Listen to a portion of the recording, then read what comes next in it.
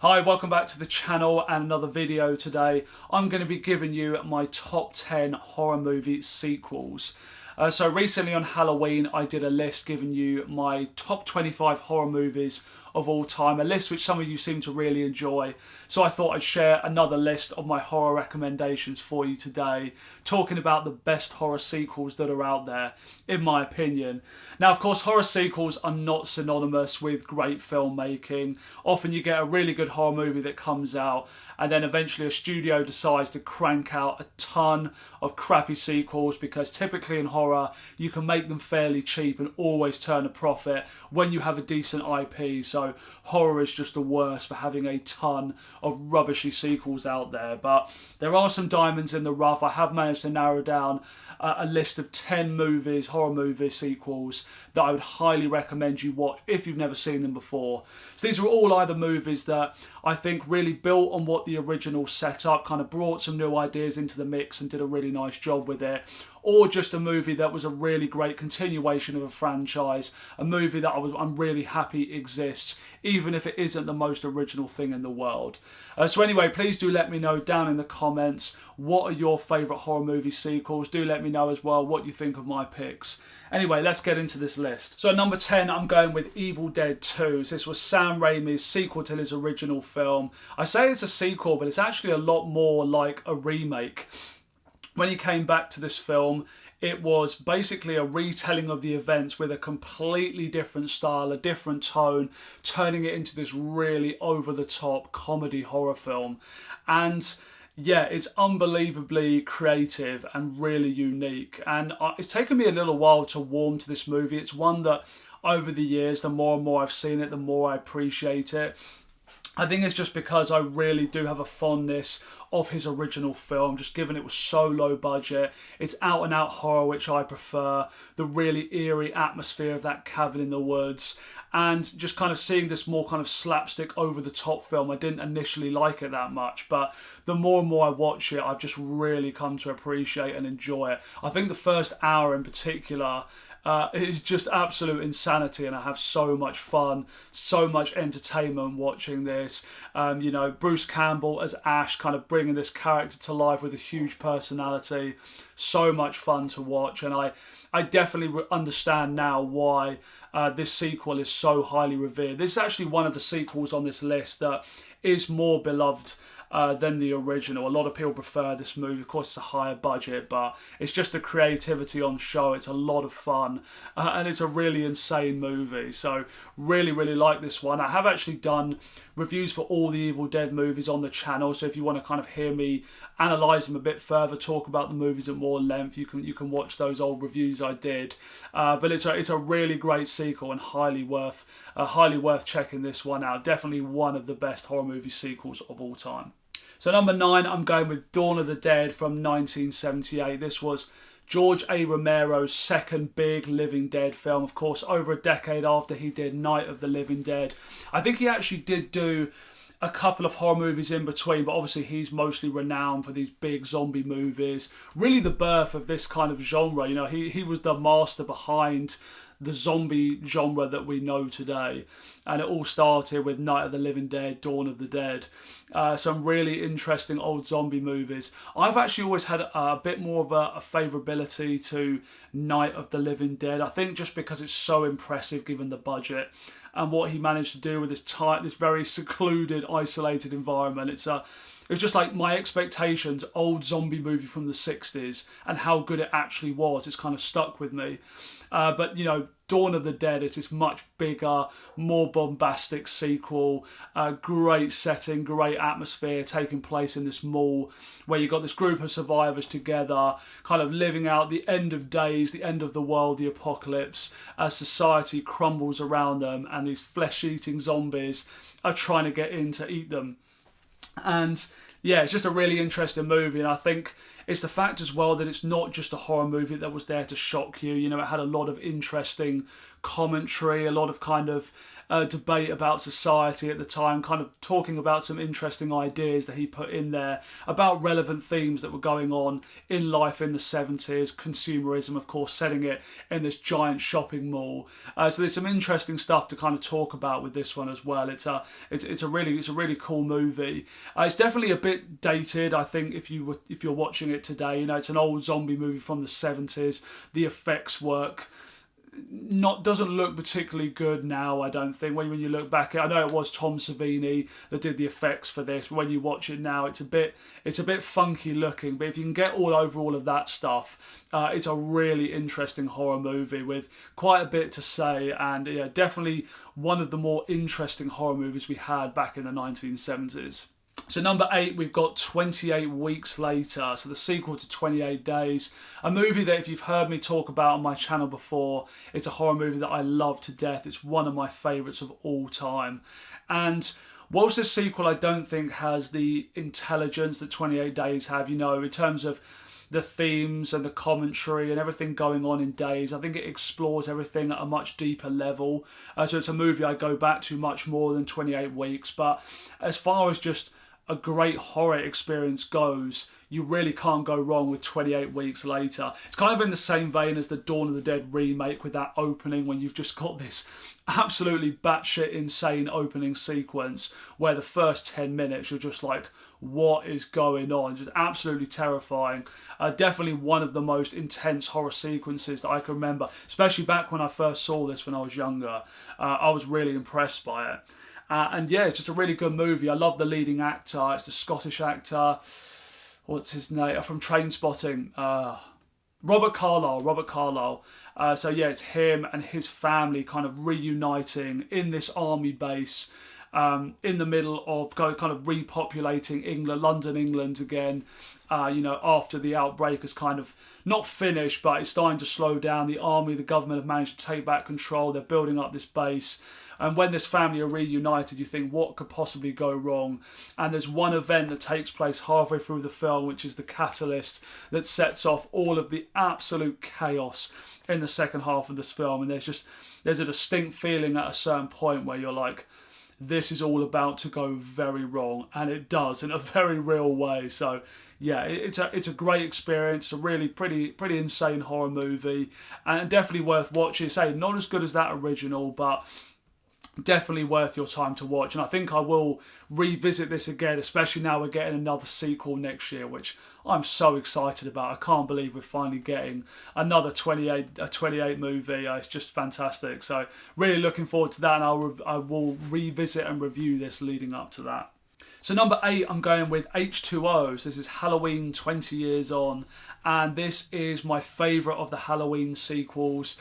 Out of all the movies, I think it's probably the Halloween movie that I watch the most now. Just because I do have a bit of a thing for that late 90s vibe that was going on within horror. You know, after you had Scream, you had this thing where a lot of movies kind of felt like they were set within the world of Scream. Like you got The Faculty, Know What You Did Last Summer, H2O, The Final Destinations, all this kind of stuff. They all have a similar vibe about them, and I just really like it for some reason. And Halloween H2O, it fit into that kind of that movement of films. And I do really like the story here, though. Like when I look at the new trilogy and where they took the character of Laurie Strode, I find it a bit ridiculous. Like I think this was the perfect balance where you have this character of Laurie where she's kind of gone off to have basically a new life, living under a new name, keeping it on the down low, living a more private life now. Still got some demons from her past. She's got issues with drinking and she has a trouble kind of connecting in relationships. She's got this son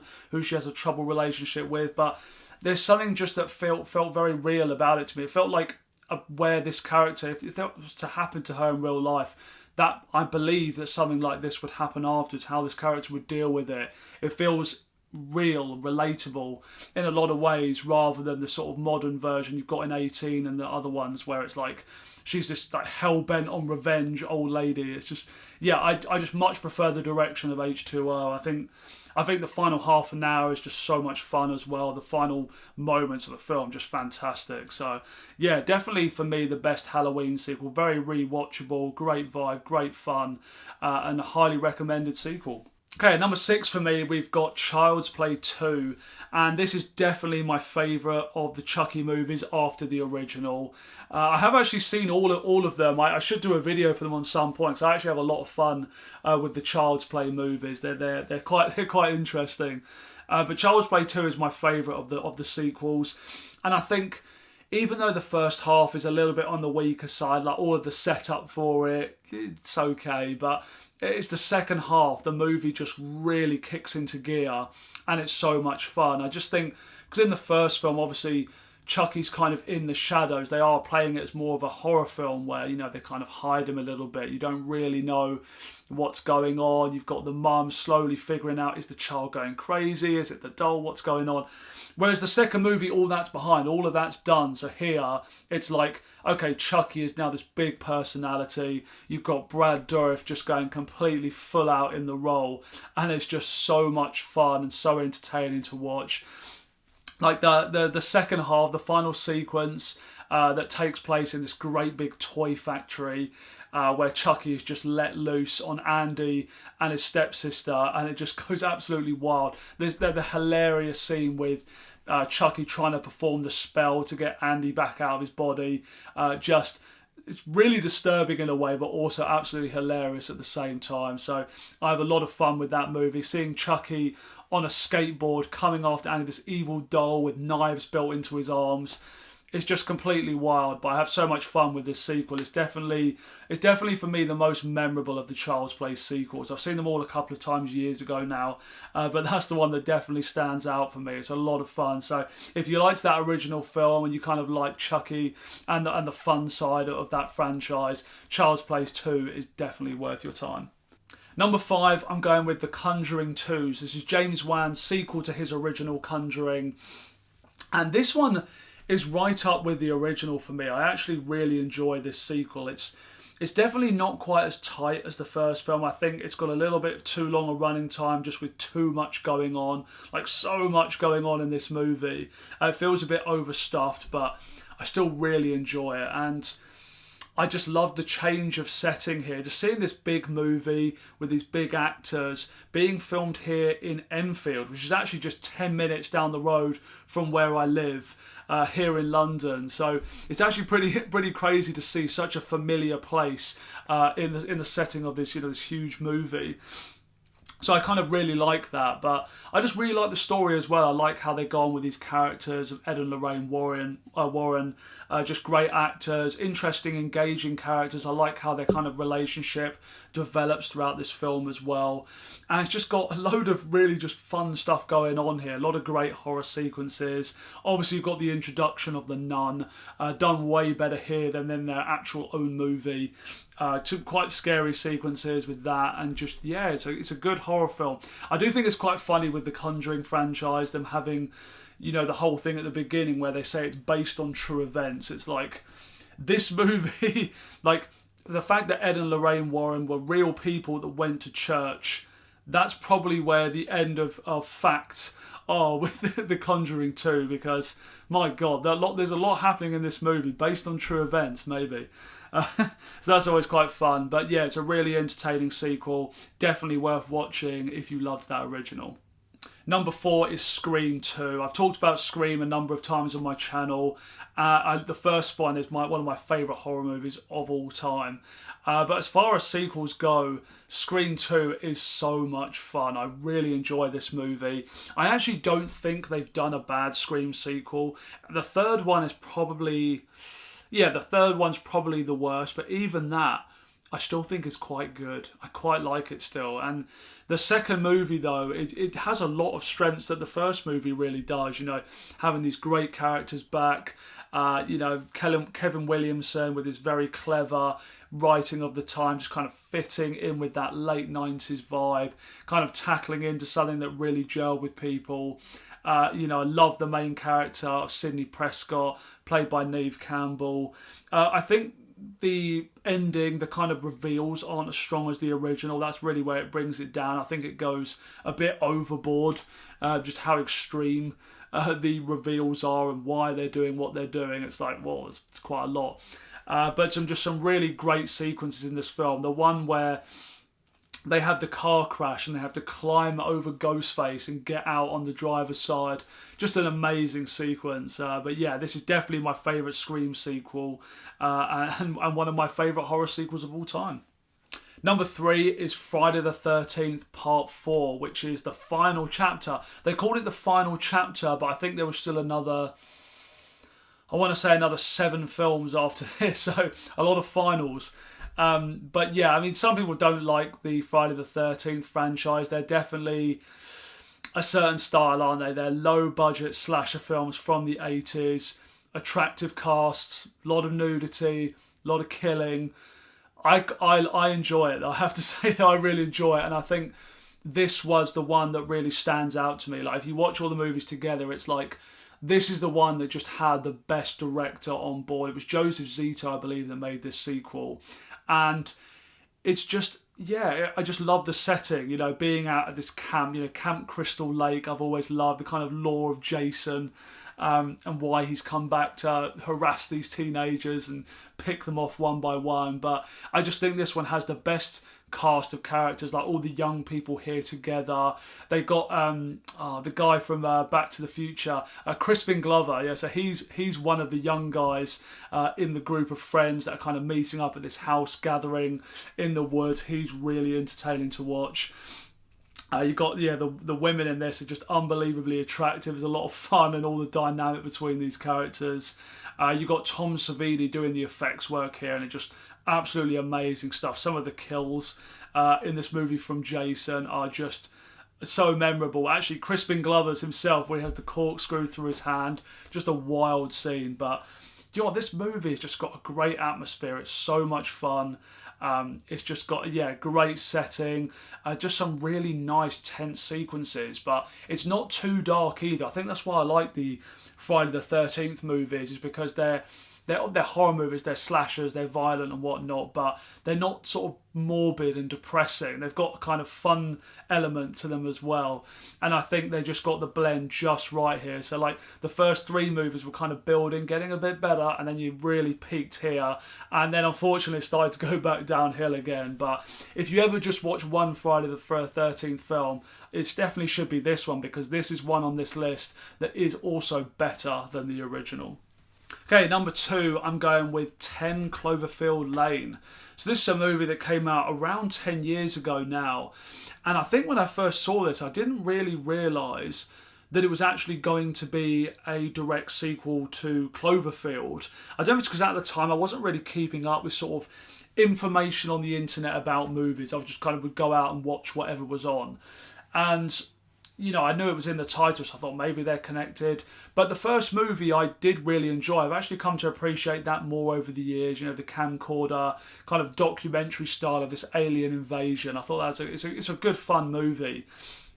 But this one comes along and it's a completely different type of movie, much slower moving. Great cast here. You've got John Goodman, you've got Mary Elizabeth Winstead, and she's effectively kidnapped by this guy John Goodman, who's like this conspiracy theorist, has a bunker ready for the end of the world. He's kidnapped this woman after she's in an accident. He claims the end of the world is coming, and she's like, no, he's a crazy person, I need to get out of here. And just in case you haven't seen the film, I'm assuming most people will know where this film goes, but just in case you haven't, try and watch it without knowing where the twists and turns of this film go, because it is a fantastic little drama. There's some really intense sequences in this, really nice dynamic between the characters, and just you're kind of wondering the whole time, like, what's really going on here? What's this guy about? It's just a really engaging, intense movie that I was absolutely gripped by from start to finish. It's one I've revisited a few times, but it just kind of caught me by surprise when I saw this at the cinema. And I came out just really wowed by this film, and it still holds up to me. So if this is one you never checked out way back when it came out, because you don't really see this film talked about as much these days, but it was a really cracking sequel and one you must check out. And of course, my number one, already talked about this film to death, it feels like, this year, Aliens. Once again, I have kind of done a mini review for Aliens on my ranking that I did for the Alien movies. I kind of talked about the film more at length there. I should really just review the movie. I keep putting it at the top of all these lists and talking about how much I like it. I should really just review the movie or do a commentary or something. But yeah, this wouldn't just be the top of my lists of horror movie sequels. This would be the top of my movie sequels of all time. One that also, in my opinion, surpasses the original. Which is kind of interesting to me because I'm generally more the horror guy than the action guy. I mean, this is still a horror movie, but if somebody described the first Alien and Aliens to me, I would think I would gravitate more towards Alien. But James Cameron, he's just a master, isn't he? He knows how to take an idea, do something brand new with it, and turn it into this big, epic, immersive film. And that's why Aliens is so amazing. Incredible characters, incredible special effects, great story, so intense. It's like a 2.5 hour movie, and it just flies by for me. I love this movie. I think already this year it's like my most logged film. I've seen it like 3 times this year. So yeah, absolutely fantastic. One of the best movies of all time, let alone sequels. But definitely the top of my horror movie sequels list. So that's my top 10 horror sequels for you. As I said, please do let me know down in the comments what your favourite horror sequels are, and also do let me know as well what you thought of my choices. I'm sure you won't agree with some of them, but please feel free to share all of your opinions in the comments section. Also, please do share the video with people who you think that might like my content. Got lots more stuff like this coming in the near future. And please do consider subscribing as well to the channel if you haven't already. But thanks so much for watching this video. Really appreciate it. Do take care, and I'll see you next time.